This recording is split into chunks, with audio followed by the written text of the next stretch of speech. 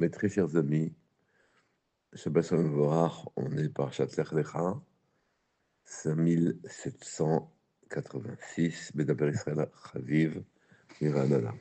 Dans notre paracha, il y a un conseil magnifique, qui en vérité résume tout ce qu'un juif doit faire dans sa vie. C'est marqué, Ita'alech lefanai ve'yeh tamim. Quand je vous dis à Abraham, tu m'as cherché, recherché, oui.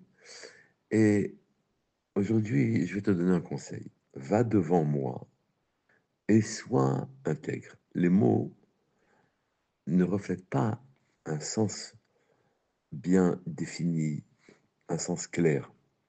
Va devant moi, Rachid traduit, regarde le monde selon la façon dont Kadosh Baruch Hu le regarde. Oui.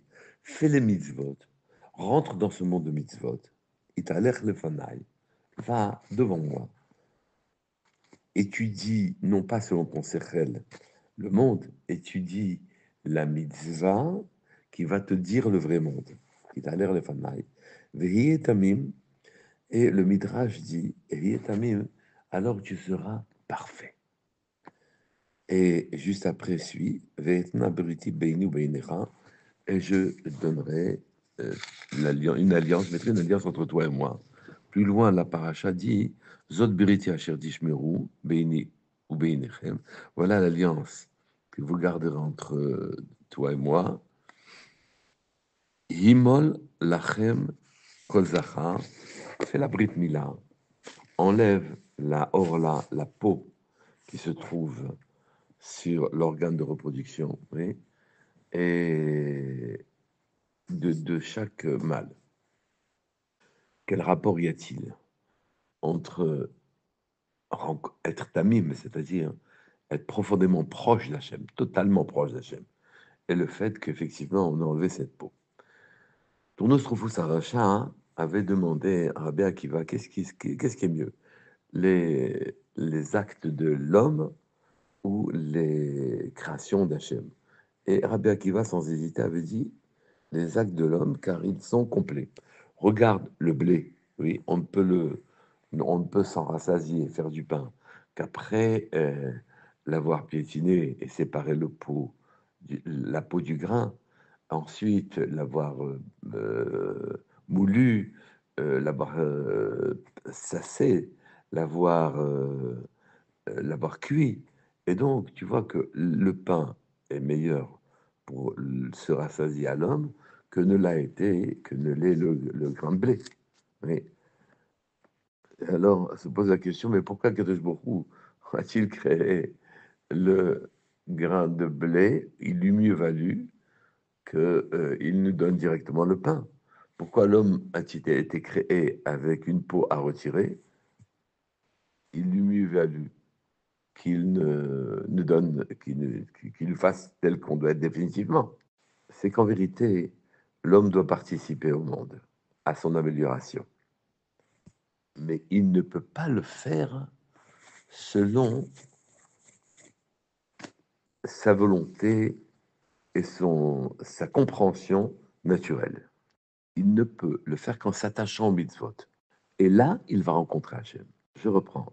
Hachem dit, va devant moi, c'est-à-dire, je te préoccupe de te comprendre quels sont les mitzvot, les ordres que je te donne, et ne va pas d'après ta manière de croire toi-même, ta manière de comprendre toi-même. Et à ce moment-là, tu seras proche de moi, dit le Midrash. Une alliance s'établira entre nous, et cette alliance impliquera que tu enlèves la orla, tu fasses la bripina. De la même manière qu'un grain de blé n'est mangeable qu'après qu'on ait retiré sa peau, un homme ne peut prétendre percevoir ce qu'est le monde que quand il a fait la brit mila, quand on lui a enlevé sa peau en quelque sorte. La chorma de l'homme, son sechel, n'est pas une chorma. La compréhension humaine est voilée naturellement. Le plus intelligent du monde tournera en rond et restera avec des questions sans réponse s'il ne retire pas une peau, s'il ne se départit pas de la compréhension humaine du monde. Il ne peut comprendre quelque chose et accéder à une chokhma ilah, à une chokhma grande, s'il abandonne toute prétention de croire que le monde est parfait, le monde naturel est parfait, que il contient toutes les solutions.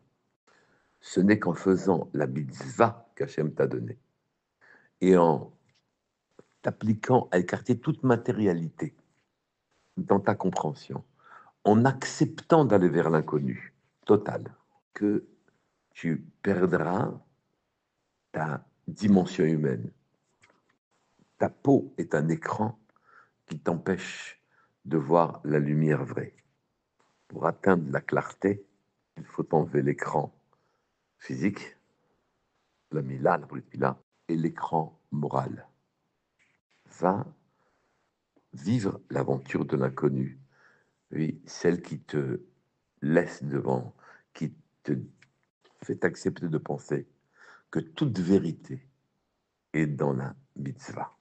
Tu ne pourras lire ton propre monde et ta propre vie que quand tu mettras les lunettes qui te permettent d'explorer le monde vrai et rentre dans la mitzvot et alors tu verras Hachem.